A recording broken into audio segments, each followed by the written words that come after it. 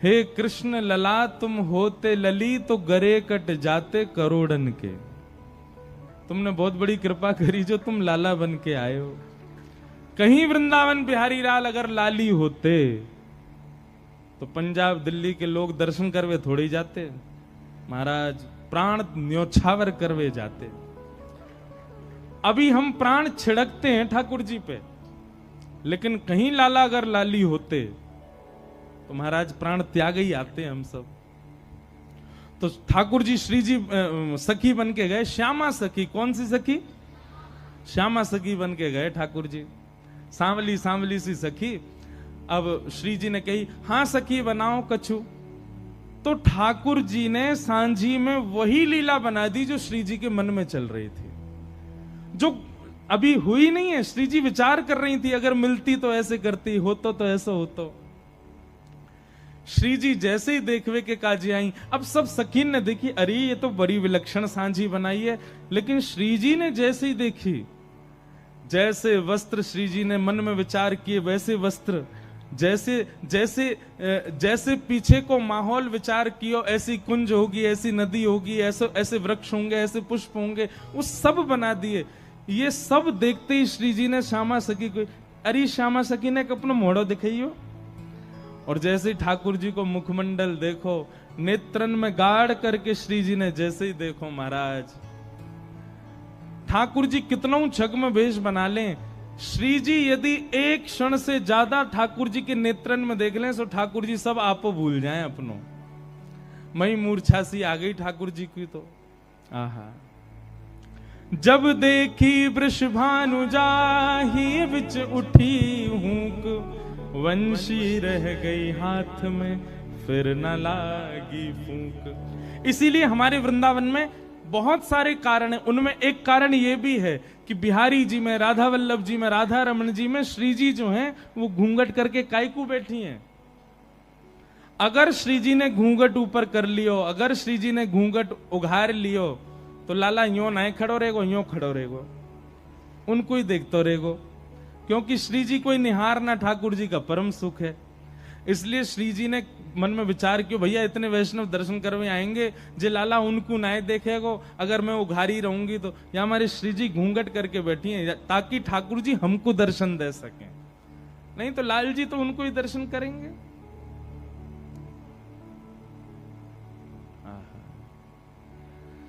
तो ऐसी सांझी, सांझी का मतलब चित्र के द्वारा श्री जी और प्रियतम के मिलन को सखियां बनाती हैं। क्योंकि इन 15 दिन ठाकुर जी का श्री जी का मिलन हो नहीं पाता श्राद्ध की वजह से, इसलिए सांझी उत्सव होता है।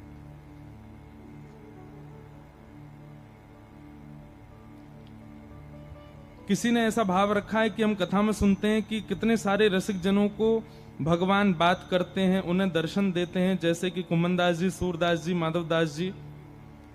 भगवान उनसे प्रत्यक्ष बात करते हैं या विग्रह के रूप में करते हैं या स्वप्न में करते हैं, उनके साथ लीला कैसे करते हैं? ठाकुर जी प्रत्यक्ष दिखते हैं उनको। हमें आपको अदृश्यता लगेगी, लेकिन ठाकुर जी वहां बैठे होते हैं, उनके सामने बिल्कुल विग्रह प्रकट होता है। अब हमको विग्रह में दिख रहे हैं ठाकुर जी, पर यहीं गोविंद दास यदि बैठ जाएंगे तो उनके लिए ठाकुर जी यूं भी हो जाएंगे, उनके लिए ठाकुर जी यूं भी हो जाएंगे, उनके लिए ठाकुर जी ऐसे भी हो जाएंगे, हमको ऐसे ही दिखते रहेंगे। ठाकुर जी को प्रत्यक्ष, भक्तों को प्रत्यक्ष दिखते हैं। इसका एक प्रमाण गोविंद दास जी के वाणी में आता है। गोविंद दास जी की तो सारी वाणियों में आता है, पर एक वाणी ऐसी है कि एक बार गोविंद दास जी पद गा रहे थे। पद गाते गाते तो सामने बैठ के गुसाई जी सुन रहे थे, बहुत ध्यान से सुनना। तो पद सुन रहे थे गुसाई जी, तो गोविंददास जी गाते गाते गाते बीच में रुक गए और रुक करके बोले, ए लाला ढंग से गाओ जी, कहा कर रहे हो, ऐसे ऐसे उधम ना करो, करे चलो प्रेम से गाओ। तो गुसाई जी ने नेत्र खोल के गई, ए गोविंदा तू कौन से बात कर रहा है? गोविंदास जी बोले, तुम्हारो ही लाडलो बैठो है बगल में, कान पे हाथ धर के नेक से मोते राग गा रो है, मैं जैसे जैसे अलाप लऊं मेरे पीछे पीछे गा रो है, लेकिन माने ना है, ऊधमी है, बीच बीच में गलत स्वर लगा रहा हो या हमारे वह को टोक रहा हूं। अब गुसाई जी को नहीं दिख रहे ठाकुर जी, लेकिन गोविंदास के साथ लीला कर रहे हैं। तो गोविंदास से गुसाई जी कहते हैं, गोविंद तुम कितने सौभाग्यशाली हो, जबकि गुसाई जी के शिष्य हैं गोविंदास, लेकिन फिर भी गोविंदास को दिखाई दे रहे हैं ठाकुर जी। गुसाई जी को भी दिखते थे, पर कभी कभी लीला करते थे तब नहीं दिखते थे। तो गुसाई जी बोले, गोविंदा तुम कितने सौभाग्यशाली हो, ठाकुर जी तुमको दिखाई देते हैं।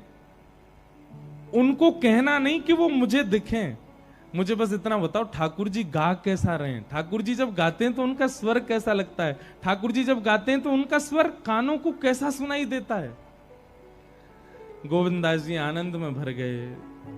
गोविंदास जी बोले, जय जय, ठाकुर जी बहुत प्यारा गाते हैं, गोपाल जी इतना मधुर गाते हैं, इतना मधुर गाते हैं कि जब वो गाते हैं ना तो आकाश में गंधर्वजन खड़े होकर के कान लगा करके सुनते हैं ठाकुर जी को, रोम रोम खड़ा हो जाता है, इतना सुंदर स्वर है ठाकुर जी का। पर गुसाई जी बोले, पर मतलब कोई कमी करें? बोले नहीं, ठाकुर जी बहुत मधुर गाते हैं, पर हमारी श्यामाजू ठाकुर जी से भी मधुर गाती हैं, किशोरी जी ठाकुर जी से भी मधुर गाती है।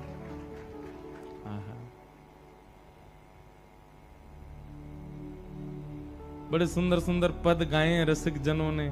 किशोरी जी गाती हैं तो ठाकुर जी बैठ करके वंशी बजाते हैं किशोरी जी के पीछे, जैसे सहायक संगीतकार होते हैं ना मुख्य गायक के साथ में, ऐसे ही जब ठाकुर जी गाते हैं तो किशोरी जी वीणा बजाती हैं और ठाकुर जी गाते हैं। लेकिन जब किशोरी जी गाती हैं तो ठाकुर जी वंशी बजाते हैं, ललिता जी मृदंग बजाती हैं, विशाखा जी करताल बजाती हैं और बाकी सब सखियां मिलकर के नृत्य करती हैं। तो आपका जो ये प्रश्न है कि भक्तों को ठाकुर जी कैसे दिखते हैं, प्रत्यक्ष दिखते हैं, चलते फिरते उठते बैठते सब क्रिया करते हुए ठाकुर जी दिखाई देते हैं सब वैष्णवों को।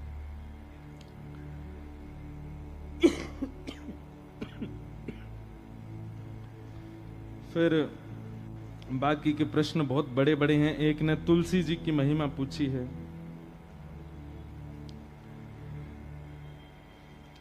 किन्हीं का प्रश्न है कि जब हम सब मृत्यु के बाद नरक में ही भोग लेते हैं तो फिर संसार में क्या भोगते हैं, नरक में तो सब खत्म हो जाता है। सबका उत्तर देते हैं। फिर एक का प्रश्न है कि कथा में रोज आती हूं पर कथा में ध्यान लगते लगते मेरा ध्यान भटक जाता है, इससे मैं क्या करूं?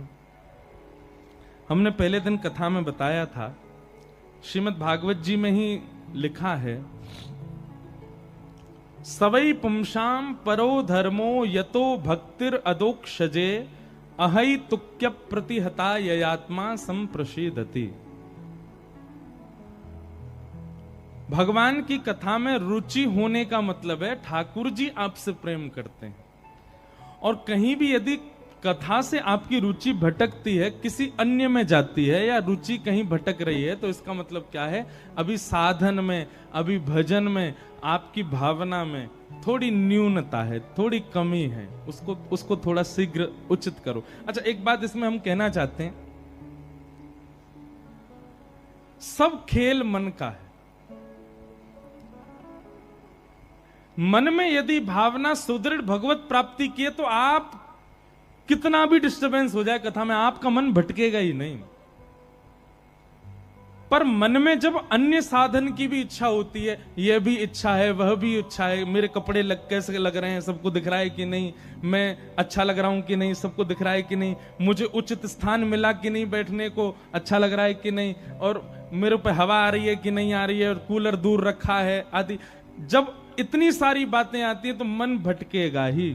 लेकिन आपका उद्देश्य केवल एक है, मुझे प्रिया प्रियतम के साक्षात दर्शन करने, फिर चाहे अवस्था कैसी हो, व्यवस्था कैसी हो, स्थिति कैसी हो, आपका कथा से मन जा ही